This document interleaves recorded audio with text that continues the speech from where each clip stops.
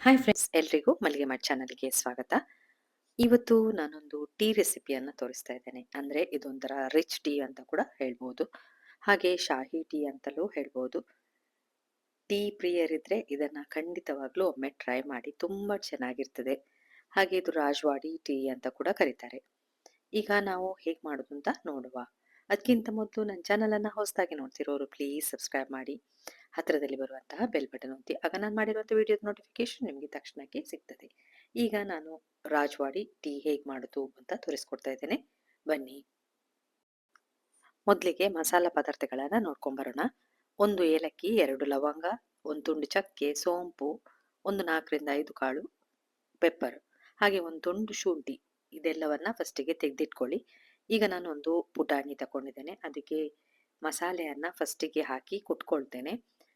ಶುಂಠಿಯನ್ನ ಮತ್ತೆ ಲಾಸ್ಟಿಗೆ, ಅಂದ್ರೆ ಇದು ಕುಟ್ಟಿದ ಮೇಲೆ ಕುಟ್ಕೊಳ್ಳುವ. ಮೊದಲಿಗೆ ಇದನ್ನೆಲ್ಲ ಚೆನ್ನಾಗಿ ಪುಡಿ ಮಾಡ್ಕೊಳ್ಬೇಕು. ತುಂಬಾ ಸುಲಭ ಮಾಡಲಿಕ್ಕೆ, ಹಾಗೆ ತುಂಬಾ ರುಚಿಯಾದಂತಹ ಟೀ ಇದು. ನೀವು ಒಮ್ಮೆ ಟ್ರೈ ಮಾಡಿ. ಈಗ ನಾನು ಇದನ್ನೆಲ್ಲ ಕುಟ್ಟಿ ಪುಡಿ ಮಾಡ್ತೇನೆ. ಈಗ ಪುಡಿ ಆಗಿದೆ. ನಾನು ಶುಂಠಿಯನ್ನ ಹಾಕಿ ಪುಡಿ ಮಾಡ್ಕೊಳ್ತೇನೆ, ಅಂದ್ರೆ ಚಚ್ಕೊಳ್ತಾ ಇದ್ದೇನೆ. ಒಂಥರ ಮಸಾಲೆಯನ್ನ ನಾವು ಕುಟ್ಕೊಂಡಾಗೆ ಈಗ ಆಗಿದೆ ನೋಡಿ. ಇದನ್ನೀಗ ಬದಿಗಿಡುವ. ಗ್ಯಾಸ್ ಮೇಲೆ ಒಂದು ಪ್ಯಾನ್ ಇಟ್ಕೊಳ್ಳಿ. ಅದಕ್ಕೆ 1-2 ಸ್ಪೂನ್ ಅಷ್ಟು ಸಕ್ಕರೆ ಹಾಕೊಳ್ಳಿ. ಸಕ್ಕರೆಗೆ 1 ಸ್ಪೂನ್ ಅಷ್ಟು ನೀರನ್ನ ಸೇರಿಸಿ ಇದನ್ನ ಕ್ಯಾರಮಲೈಸ್ಡ್ ಮಾಡ್ಕೋಬೇಕು. ಕ್ಯಾರಮಲೈಸ್ಡ್ ಅಂದ್ರೆ ಒಂಥರ ಬ್ರೌನ್ ಕಲರ್ಗೆ ಬರುವವರೆಗೆ ಇದನ್ನ ಬಿಸಿ ಮಾಡ್ಕೊಳ್ಳಿ. ದೊಡ್ಡ ಫ್ಲೇಮಲ್ಲಿ ಇಡಬೇಡಿ, ಸ್ವಲ್ಪ ಅಡಿ ಹಿಡಿಬಹುದು. ಸ್ವಲ್ಪ ಕೈ ಆಡಿಸ್ತಾ ಇರಿ, ಬರ್ತದೆ ಬ್ರೌನ್ ಕಲರ್ ನೋಡಿ, ಬರ್ತಾ ಇದೆ.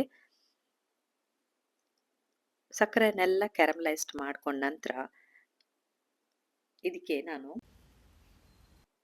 1 ಗ್ಲಾಸ್ನಷ್ಟು ನೀರನ್ನ ಸೇರಿಸ್ಕೊಳ್ತಿದ್ದೇನೆ. ಇಲ್ಲಿ ನಾನು ಒಬ್ಬರಿಗೆ ಮಾತ್ರ ಮಾಡ್ತಾ ಇದ್ದೇನೆ ನೋಡಿ, ಆದ್ರಿಂದ 1 ಗ್ಲಾಸ್ನಷ್ಟು ನೀರನ್ನ ಸೇರಿಸ್ಕೊಂಡಿದ್ದೇನೆ. ಅಥವಾ ನೀವು ಹಾಲಲ್ಲೇ ಮಾಡ್ಕೋಬಹುದು. ಈಗ ಕುಟ್ಟಿದಂತಹ ಮಸಾಲೆ ಇದೆ ನೋಡಿ, ಅದನ್ನ ನಾನಿಲ್ಲಿ 1 ಸ್ಪೂನ್ ಅಷ್ಟು ಹಾಕೊಂಡಿದ್ದೇನೆ.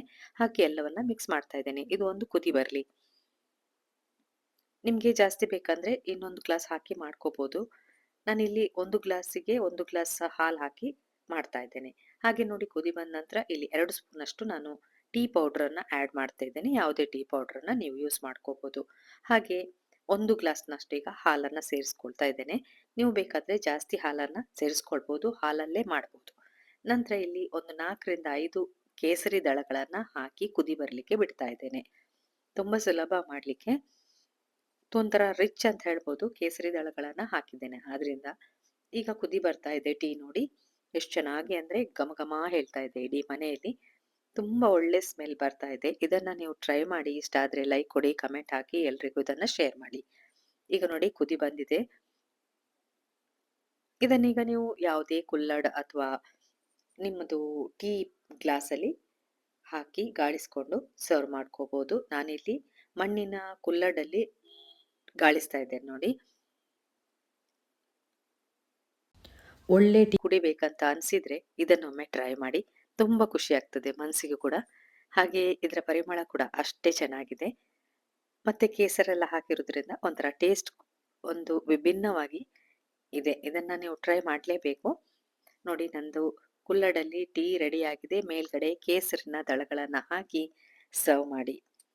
ಎಷ್ಟು ಚೆನ್ನಾಗಿ ಕಾಣ್ತಾ ಇದೆ. ನೋಡ್ಲಿಕ್ಕೂ ಖುಷಿ ಆಗ್ತದೆ, ಕುಡಿಲಿಕ್ಕಂತೂ ತುಂಬಾ ಖುಷಿ ಆಗ್ತದೆ. ಇದನ್ನೊಮ್ಮೆ ಟ್ರೈ ಮಾಡಿ. ಈ ರೆಸಿಪಿಯನ್ನ ನೋಡಿದ್ರಲ್ಲ, ಇನ್ನ ನಿಮ್ಗೆ ಹೊಸ ರೆಸಿಪಿಯೊಂದಿಗೆ ಸಿಗ್ತೇನೆ. ಪುರ್ಸೊತ್ ಮಾಡಿ ನೋಡಿದ್ದಕ್ಕೆ ಥ್ಯಾಂಕ್ ಯು.